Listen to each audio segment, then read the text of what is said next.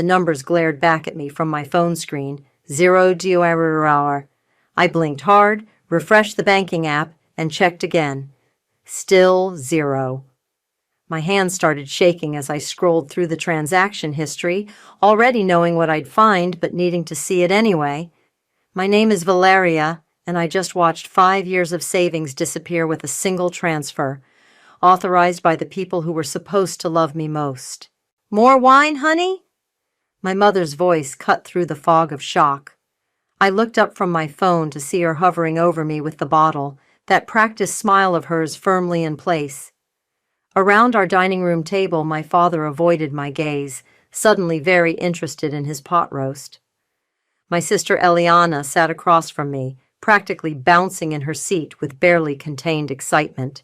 "When do I get it?" Eliana chirped, fork abandoned. "The dealership closes at 8, and Makey's waiting to drive me there." "Get what?" I asked, my voice eerily calm despite the roaring in my ears.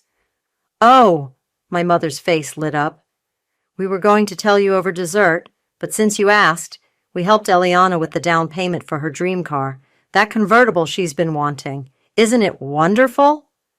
The room started spinning. "Helped her how?" "Well," my father finally spoke, still not meeting my eyes. "Your mother and I are co-signers on your savings account, from when you were younger. And since you're so good with money, so responsible, you took my house down payment." The words fell like stones between us. "You took $80,000, my entire savings, and gave it to Eliana for a car?" "Don't be dramatic," my mother sighed, setting down the wine bottle. "You're the strong one, Vale. You always land on your feet. Eliana needs this boost right now, especially after her rough year." "Rough year?" I laughed, the sound sharp enough to make my father wince. "You mean when she quit her third job in 12 months because her boss didn't appreciate her potential? That's not fair." Eliana slammed her hand on the table. "You don't know what it's been like for me. Just because you're Little Miss Perfect with your fancy office job." "I worked for that money," my voice cracked. "Every overtime shift, every bonus, every raise. I saved everything for 5 years. That was my future you just handed away." "You'll make it back in no time," my mother waved dismissively. "Besides, family helps family. You wouldn't want your sister driving something unsafe, would you?" I stood up so quickly my chair toppled backward. The crash made everyone jump except my mother, who just looked annoyed at the scene I was causing. "Family helps family," I repeated slowly, pulling out my phone again. "You know what? You're right. Let me help by showing you exactly what family does." I stepped away from the table and dialed the number I'd saved months ago, but hoped I'd never need to use. "Lewis Martin's office," a voice answered. "This is Valeria McGee. I need to speak with Lewis about proceeding with that case we discussed." My mother's face shifted from annoyance to uncertainty. "Vale, who are you calling?" "My lawyer," I said clearly, watching the color drain from my father's face. "I've been documenting everything for years. Every loan you guilted me into, every time you drained my accounts for Eliana's latest emergency. Did you think I wouldn't keep records?" "You wouldn't," Eliana whispered, but there was fear behind her eyes now. "We're family." "Family doesn't steal from family," I replied, my voice steady despite the tears threatening to fall. "Mr. Martin? Yes, I'm ready to proceed. They just took $80,000 from my account without permission. Yes, I have the transaction records and everything else." I walked toward the door, pausing only to look back at their stunned faces one last time. "You always said I was the strong one, Mom. Time to show you just how strong I can be." The door clicked shut behind me with a finality that felt like freedom. In my car, I pulled out the thick folder I'd kept in my glove compartment. Years of bank statements, text messages, emails, and recorded conversations. Evidence of a lifetime of financial abuse I'd been too loyal to use until now. My phone buzzed with panicked texts from my family, but I ignored them all. Instead, I opened my email and sent the message I'd drafted months ago, addressed to my parents and sister, with Lewis CC'd. This serves as official notice of legal action regarding unauthorized access and transfer of funds, as well as documentation of systematic financial exploitation. You have 24 hours to return my money in full before my lawyer files the paperwork. Choose carefully. I hit send and felt something shift inside me, the last thread of obligation snapping clean. They thought they knew what I was capable of. They were about to find out how wrong they were. My phone hadn't stopped ringing since I left the house. I watched my mother's name flash across the screen for the 20th time as I sat in my friend Audrey's living room, nursing a much-needed glass of wine. "You should answer it eventually," Audrey said, curled up on her couch, "at least to hear what excuse they come up with." I took a deep breath and hit accept. Immediately, my mother's voice filled the room. I'd put it on speaker so Audrey could witness whatever manipulation was coming. "Valeria Marie, how dare you threaten us with lawyers?" she hissed. "After everything we've done for you." "Everything you've done for me?" I cut in. "Like what, Mom? Taking my first car payment money for Eliana's prom dress? Or maybe you mean the time you emptied my Christmas bonus to pay off her credit cards?" "That's different. She needed—" "No," I interrupted again, surprising myself with how steady my voice remained. What she needed was consequences. What she got was my money. Again. "Your father is sick over this." She switched tactics, her voice dropping to that guilt-inducing whisper I knew so well. "He can barely eat. Is that what you want? To hurt your family?" "Put Dad on the phone, then." A shuffle, and my father's voice came through, weak and pleading. "Princess, please. We can work this out as a family. No need for outsiders." "Like you worked out taking my house deposit without even asking me?" We were going to pay you back," he stammered. "Once Eliana gets settled in her new job." I couldn't help but laugh. "Her new job? The one she hasn't even started yet? The one she'll quit in 3 months when her boss expects her to actually work?" Another shuffle, and suddenly Eliana was screaming through the speaker. "You've always been jealous of me, just because Mom and Dad love me more." "Eliana!" I heard my mother gasp in the background. "Well, it's true," Eliana continued. "She's just bitter and lonely and trying to ruin my life because she can't stand seeing me happy." Audrey made a slicing motion across her throat, mouthing, "Hang up?" But I wasn't done. "You know what, Eliana? You're right. They do love you more. They've proven it with my money over and over again. But here's the thing. Love doesn't pay bills. Love doesn't make up for fraud. And your love definitely isn't worth $80,000. "It's not fraud," my mother jumped back in. "We're on the account." "Check your email," I said calmly. Louis just sent over some interesting documents about unauthorized access to joint accounts and financial abuse. Did you know that being on the account doesn't actually give you the legal right to take money without the primary account holder's consent, especially not for non-emergency purposes? The silence on the other end was deafening. "You have 20 hours left to return my money," I continued. "After that, the paperwork gets filed, and not just for this theft, for everything. Every penny you've taken, every loan you've forced, every time you've drained my accounts for Eliana's latest crisis. 5 years of documented evidence." "You wouldn't," my father whispered. "Think about your mother's job at the bank. Think about our reputation in the community. You should have thought about that before you stole from your daughter." I ended the call and collapsed back against the couch. Audrey immediately topped off my wine. "Holy shit," she breathed. "That was intense. Are you okay?" Before I could answer, my phone buzzed with a text from Louis. "Found something interesting in your parents' financial records. Possible unauthorized access to a trust fund in your grandmother's name. Call me first thing tomorrow." "Trust fund?" Audrey read over my shoulder. "What trust fund?" My hands started shaking again, but this time with rage rather than shock. Grandma set up accounts for both me and Eliana before she died. They were supposed to be untouchable until we turned 30. I completely forgot about them because Mom said they were basically empty, that Grandma had spent most of the money on medical bills. But you think... I think I need to see those records. I stood up, suddenly energized. I think this goes deeper than I realized. And I think my parents are about to learn exactly what happens when you push the strong one too far. My phone buzzed again, a message from my cousin Hope. Just heard what happened. There's more you need to know about Aunt Josephine and money. Call me. I showed Audrey the message, and her eyes widened. Vale, I think you just pulled a thread that's going to unravel your entire family. Good, I said, and I meant it.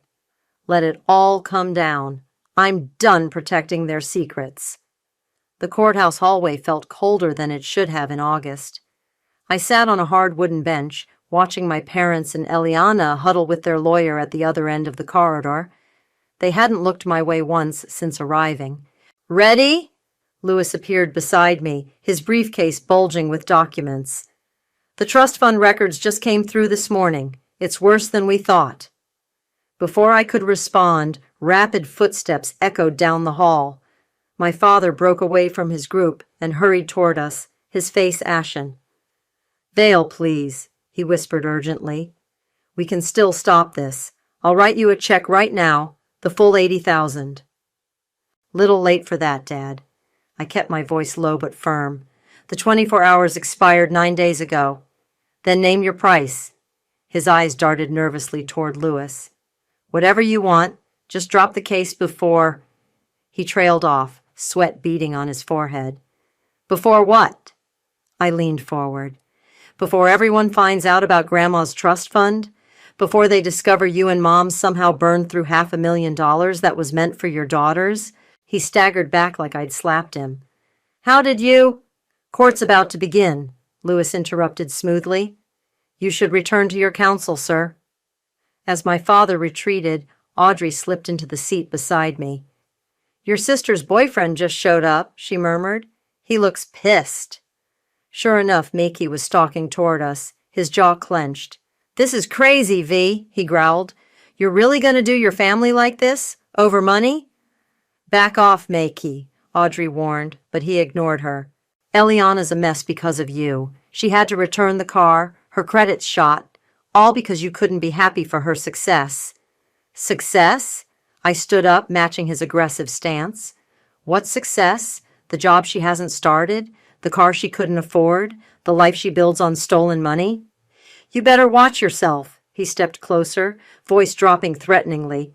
Family business should stay in the family. Would be a shame if something happened to... Is that a threat, Mr. Bond? Lewis's voice cut through the tension. He held up his phone, clearly recording. Please continue. The court would be very interested in witness intimidation. Makey's face twisted, but he backed away, pointing at me. This isn't over. Actually, it is, I called after him. And that recording's going straight to the judge. Inside the courtroom, my mother's face crumpled when she saw me. Vale, baby, she tried as I passed their table. We can still fix this. We're family. Family? I stopped, turning to face her fully. Was it family when you told me Grandma's trust fund was empty? When you and Dad spent my half on Eliana's failed business ventures and shopping sprees? Her eyes widened in horror. Behind her, Eliana's head snapped up. What trust fund? Eliana demanded. Mom? What's she talking about? The judge entered before my mother could respond. As everyone rose, I caught a glimpse of my mother's lawyer frantically whispering in her ear, her face growing paler by the second. The proceedings moved quickly. Lewis presented the unauthorized transfer documents first, clean, clear evidence of the theft. Then came years of text messages, emails, and bank statements showing a pattern of financial abuse. My mother's lawyer tried to argue about parental rights and family obligations, but his arguments felt weak, desperate. Then Lewis dropped the bomb. Your Honor, we've uncovered evidence of substantial trust fund fraud. He produced a thick folder. The defendants systematically drained accounts set up for both daughters by their grandmother, using the funds primarily for the younger daughter's benefit while deceiving both beneficiaries about the account's existence and value. The courtroom erupted. Eliana leapt to her feet, screaming at our mother. You said there was no money left. You said Grandma spent it all. You've been lying to me too? Order! The judge's gavel cracked like a gunshot. Mrs. McGee, these are serious allegations. Your response?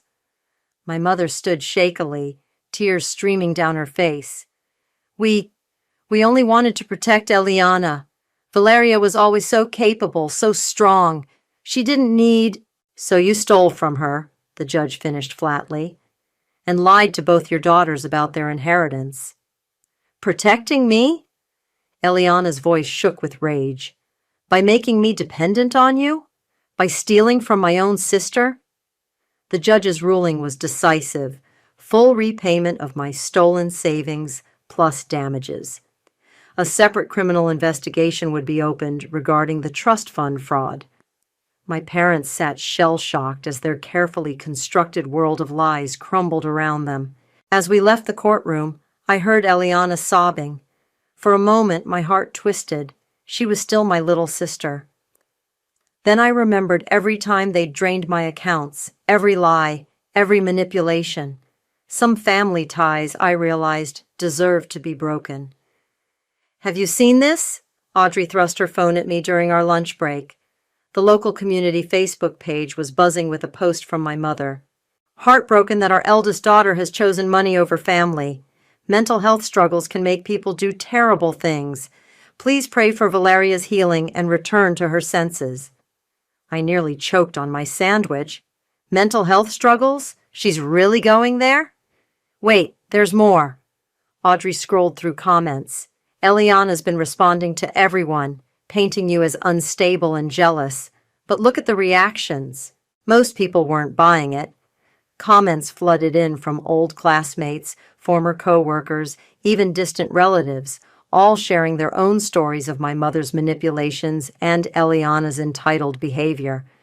My phone buzzed with a text from my cousin Hope. Family reunion at Aunt Linda's this weekend. They're trying to rally everyone against you. Don't let them control the narrative. You have to go, Audrey insisted when I showed her the message. Stand your ground. Saturday afternoon found me walking into Aunt Linda's backyard, head held high despite my churning stomach.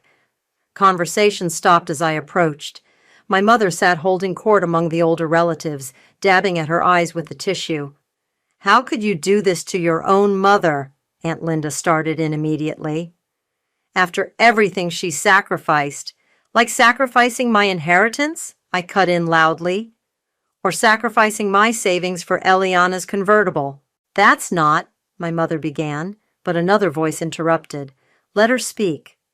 My cousin Tyler stepped forward. I want to hear her side. The yard grew quiet as I pulled out my phone. Want to see proof? Here's Mom asking for my first car payment for Eliana's prom dress. Here's Dad emptying my account for Eliana's failed yoga studio. Here's them lying about Grandma's trust fund. The trust fund was complicated, my mother snapped. You don't understand. I understand fraud, I replied calmly. So does the district attorney. A gasp went through the crowd. Aunt Linda's face reddened. Criminal charges? Against your own parents? They stole $500,000, I said clearly. They robbed both their daughters and lied about it for years. Ask Eliana if you don't believe me. As if on cue, Eliana burst through the gate, mascara streaking her cheeks. It's all true. They lied to everyone. Mom, how could you? Our mother stood up, reaching for Eliana. Baby, we did it for you. No! Eliana backed away. You did it to me. I could have learned to manage money. I could have grown up. Instead, you made me dependent and entitled, and everyone hates me now. Nobody hates you, I said softly. They just want you to face reality. Reality? Meki appeared behind Eliana, his face twisted with anger. Reality is you destroyed your family over money. Reality is your sister lost everything because of you. Back off, man, Tyler stepped between us. We've all seen how this family operates. Vale's just the first one brave enough to say enough. More relatives moved to stand with Tyler. Aunt Linda sputtered in disbelief as her perfect family gathering dissolved into chaos. My mother's carefully crafted victim narrative crumbled as more people spoke up about past incidents, borrowed money never returned, favors demanded but never repaid. "This isn't what family does," my mother tried one last time, her voice breaking. "No," I agreed. "Family doesn't steal. Family doesn't lie. Family doesn't gaslight their children into thinking abuse is love." My phone buzzed, a message from Lewis. "Criminal investigation moving forward. They found evidence of other fraudulent accounts. Call ASAP." I looked up to see my mother watching me, her face draining of color as she recognized the expression on my face. She knew there was more coming. "The DA has questions about other accounts," I announced to the stunned gathering. "Anyone else missing money they entrusted to my parents? Now would be a good time to speak up." The silence was deafening. Then Aunt Linda cleared her throat. They were supposed to be investing my retirement fund." More voices joined in, more stories, more betrayals. My mother sank back into her chair as her web of deception unraveled completely. Eliana grabbed my arm as I turned to leave. "Vale, wait. I didn't know about any of it, I swear." "I believe you," I said gently. "But that doesn't erase what happened. Can we talk sometime, without them around?" I looked at my sister, really looked at her, and saw fear in her eyes. Fear of facing life without our parents' constant enabling. Fear of standing on her own. "Yeah," I nodded. "We can talk. But first, you need to decide who you want to be without their influence." As I walked away, I heard Meki start to say something, but Eliana cut him off. "Don't. Just don't. My sister's right." Maybe there was hope for her after all. The bank lobby felt suffocating as I waited for my mother's former colleague, Sarah, to return with the documents. After the family reunion fallout, she'd reached out, hinting at irregularities she'd noticed over the years. "Your mother was careful," Sarah said, sliding a folder across her desk. "But she made mistakes, small ones at first, then bigger ones as she got bolder." I opened the folder and felt my stomach drop. Account statements, transfer records, loan applications, all with familiar names. Not just my family members, but friends, neighbors, distant relatives.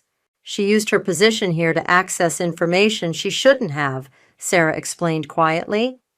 "Created accounts without proper authorization, moved money around, always small enough amounts that people might doubt their own memory if they noticed." "How long?" "At least 15 years, maybe longer." Sarah leaned forward. "Vale, the bank's launching an internal investigation. Your mother's been placed on administrative leave." My phone buzzed, Eliana calling. I'd been avoiding her since the reunion, but something made me answer. "Vale?" Her voice was shaking. "Maggie's here. He's threatening to tell everyone about Mom's private banking clients unless I give him money." "Where are you?" "My apartment. He won't leave. He says he has proof." "Don't give him anything. I'm coming over." I found them in Eliana's living room, Meki pacing while my sister huddled on the couch. When he saw me, his face twisted into an ugly smile. "Perfect timing," he sneered. "Tell your sister what happens to people who mess with other people's money." "You mean like how our mother's going to jail for fraud?" I kept my voice steady, phone recording in my pocket. "Or how you're about to get arrested for extortion?" He stepped toward me aggressively. "You think you're so smart, but I know things. Your mom talked a lot when she was helping me get loans I didn't qualify for. Told me all about her special arrangements with certain clients. And you thought blackmailing her daughter was a good play?" "Meki, please," Eliana whispered. "Just go." "Not without what I'm owed." He whirled on her. "Your family ruined my credit. Your mother promised." "Your credit was ruined because you defaulted on loans you never should have gotten," I cut in, "which, by the way, is all documented in the criminal investigation. Want to add blackmail charges?" The door burst open. Lewis walked in with 2 police officers. Meki's face went from anger to panic in an instant. "Officers," Lewis said calmly, This is the gentleman I called about, making threats, attempting extortion, and admitting to loan fraud. As the police led Meki away, Eliana broke down. I'm so sorry, she sobbed. I didn't know he was involved with Mom's banking stuff. I didn't know anything. But you suspected, I said gently. Didn't you? All those easy loans, the mysterious account transfers? She nodded miserably. I didn't want to know. It was easier to just take what they gave me. Pretend everything was normal. My phone buzzed again. Sarah sending more documents, pictures of checks, signature cards, loan applications, a web of financial manipulation spanning decades. Mom's going to prison, isn't she? Eliana asked quietly. Probably. Dad, too, if he knew about all this. He had to know. She wiped her eyes. He always knew everything but pretended not to. It was his way of avoiding responsibility. Lewis cleared his throat. The DA wants statements from both of you. The more cooperation, the better chance of recovering funds for the victims. Victims? Eliana laughed bitterly. That's what I am too, right? Poor little spoiled Eliana, too stupid to see she was being used. You're not stupid, I said firmly. Manipulated, yes. Enabled, definitely. But you can choose differently now. Will you help me? She looked up, vulnerable in a way I'd never seen before. I don't know how to be a real person, how to manage money or take responsibility or... I'll help, I promised, but no more lies, no more schemes, and you have to face whatever consequences come from all this. She nodded, then froze as her phone lit up with our mother's number. Don't answer, Lewis advised. Not until... But Eliana had already hit accept, putting it on speaker. How dare you let them arrest Meki? Our mother hissed. After everything I did to help that boy, you ungrateful... Goodbye, Mom, Eliana said clearly and hung up. We sat in stunned silence until Lewis spoke. That was a smart recording, more evidence of her involvement in the loan fraud. I learned from the best. Eliana gave me a weak smile. Vale's been documenting everything for years. Speaking of documentation, I pulled out Sarah's folder. Wait until you see what else Mom's been up to. The news vans outside my parents' house made my stomach clench. I hadn't planned on this becoming public, but after the bank's investigation revealed over $2 million in fraudulent transactions, it was inevitable. Miss McGee, a reporter rushed toward my car. Can you comment on your mother's arrest? I kept walking, Audrey flanking me protectively. We were here to collect important documents before the FBI finished their sweep. The sight of yellow crime scene tape across my childhood home's door made everything surreally real. Inside, my father sat at the kitchen table, looking decades older than his 59 years. They took her away in handcuffs, he whispered, in front of everyone. Did you really not know? I asked, though I already knew the answer. All these years? He crumpled a tissue in his trembling hands. I knew. Something wasn't right. But your mother always handled the money, said I wouldn't understand the complexities. The complexities of stealing from everyone who trusted her? My voice cracked. Dad, there are elderly people who lost their life savings. She said she was helping people. He stood up suddenly, making things work for everyone, and look what questioning her got me. My wife in jail, my daughters against me, my name ruined. Your name? I laughed incredulously. That's what you're worried about? A detective appeared in the doorway. Mr. McGee, we need to discuss these account statements we found in your office safe. My father's face went ash gray. I can explain. Save it for your lawyer, the detective said flatly. You're going to need one. As they led my father away for questioning, my phone buzzed with a text from Eliana. Reporter offering $50K for exclusive interview. What should I do? Don't, I texted back. Nothing good comes from selling this story. But we could help pay back some of what Mom stole. She had a point. The victims, God, it was still hard to think of our family friends that way, deserved whatever restitution they could get. My phone rang. Lewis. Vale, they're offering you a deal. What kind of deal? The DA will recommend lighter sentences for your parents if you and Eliana cooperate fully. Give interviews, help identify victims, explain how the scheme worked. They want to use this case to educate people about financial abuse. I sank into a kitchen chair, surrounded by the debris of my parents' life. Photo albums, birthday cards, family vacation pictures, all tainted now by the knowledge of where that money really came from. Vale?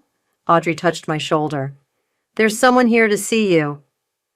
Mrs. Peterson, my old piano teacher, stood in the doorway. She looked smaller than I remembered, more fragile. I had to come, she said softly. When I heard about the investigation, your mother was handling my retirement account. My heart sank. Mrs. Peterson, 30 years of teaching savings, she continued, her voice breaking. Gone. She said she was investing it safely. I trusted her because of you, because she raised such a responsible daughter. The guilt hit me like a physical blow. How many others had trusted my mother because of our family's reputation? I'm so sorry, I whispered. We're doing everything we can to help recover. I know you are, dear. She reached for my hand. That's why I came, to tell you not to feel guilty. You exposed the truth. That's worth more than money. My phone buzzed again, a news alert this time. My mother's booking photo stared back at me, alongside headlines about the scope of her fraud. The comments section was already filling up with stories from other victims coming forward. The DA's office needs your answer about the deal, Lewis reminded me gently. I looked around the kitchen one last time, at the family photos, the Bible verses on the wall, all the carefully curated images of perfect family life that had hidden so much darkness. Tell them yes, I said finally. The truth needs to come out, all of it. Mrs. Peterson squeezed my hand. You're doing the right thing. Am I? I asked quietly. Because it feels like I'm destroying everything. No, dear, she said firmly. Your mother destroyed things. You're just bringing the ruins into the light where they can finally be seen. As if to punctuate her words, another detective called from upstairs. Found another safe. This one's full of documents. I took a deep breath and straightened my shoulders. Okay, Lewis, set up the interviews, but make sure Eliana's included in the deal. She needs a chance to make this right, too. And your parents? I looked at their wedding photo on the wall, young, smiling, seemingly innocent. They had their chances. Now they faced the consequences. The sound of camera shutters outside reminded me that soon the whole world would know our story. But maybe, just maybe, it would help prevent another family from living our nightmare. The courtroom fell silent as my mother took the stand. She'd lost weight in the 3 months since her arrest, her designer clothes replaced by a modest gray suit that seemed to swallow her whole. Mrs. McGee, Palmati, the prosecutor began, please explain to the court how you accessed Mrs. Peterson's retirement savings. My mother's eyes found mine in the gallery. I didn't look away. I suggested she consolidate her accounts with me for better returns. And what happened to that money? She twisted her hands in her lap. I needed it for other investments. You mean your daughter Eliana's failed businesses, her car payments, her credit card debt? I was trying to help my children. My mother's voice rose defensively. Everything I did was for my family. Including stealing from other families? The prosecutor held up a document. Your own records show you diverted over $2 million from clients' accounts over 15 years. Was that all for family, too? Before she could answer, the courtroom door opened. Mrs. Peterson entered, using her walker, followed by 3 other elderly victims. My mother's face crumpled. Linda, Mrs. Peterson called out clearly, look at us. Look at what you did to us. The judge allowed it, watching intently as my mother faced her victims for the first time. She tried to maintain her composure, but I saw the moment she broke. I'm sorry, she whispered. I never meant. It wasn't supposed to be like this.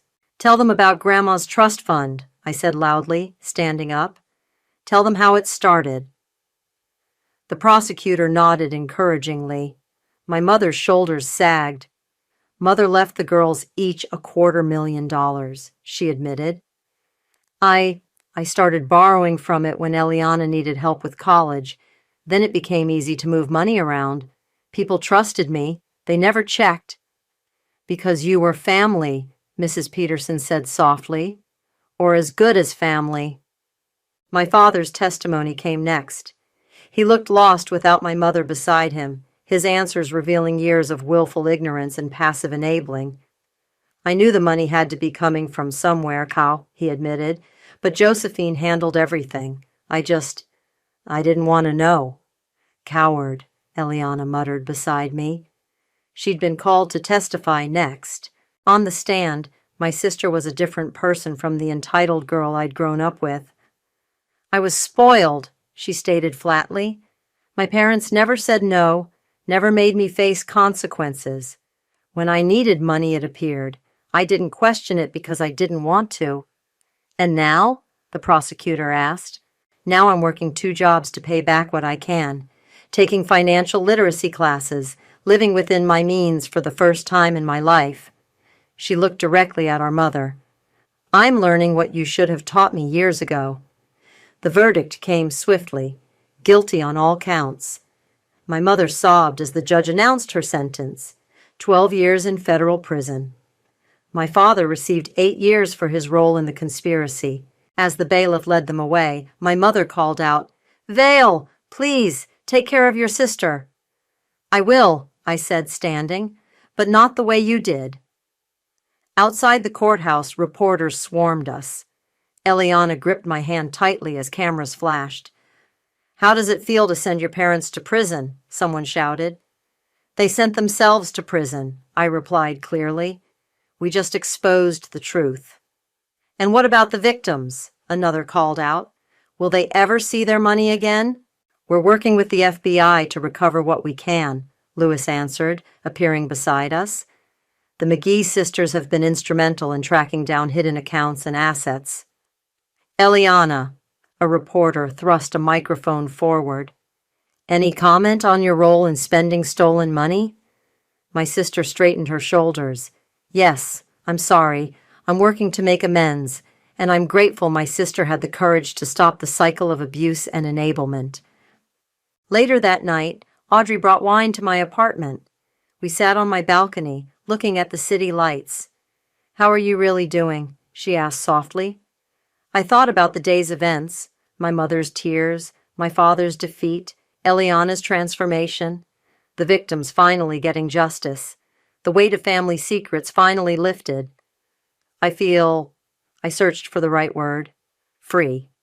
My phone buzzed, a text from Mrs. Peterson. "You did good, dear. Your grandmother would be proud." "Was it worth it?" Audrey asked, "losing your family like this?" "I lost them years ago," I replied. "I just didn't know it then. But maybe Eliana and I can build something better, something real." As if on cue, Eliana texted, "Can we have dinner tomorrow? I need help making a budget." I smiled, feeling a glimmer of hope for the first time in months. Sometimes you have to break things completely before you can rebuild them right. The keys to my new house felt heavy in my hand as I stood on the porch, watching the moving truck pull away. Not the house I'd originally planned to buy, but something better. A small craftsman with good bones and a garden that reminded me of Mrs. Peterson's. "Last box," Eliana called out, struggling through the door with a container marked kitchen.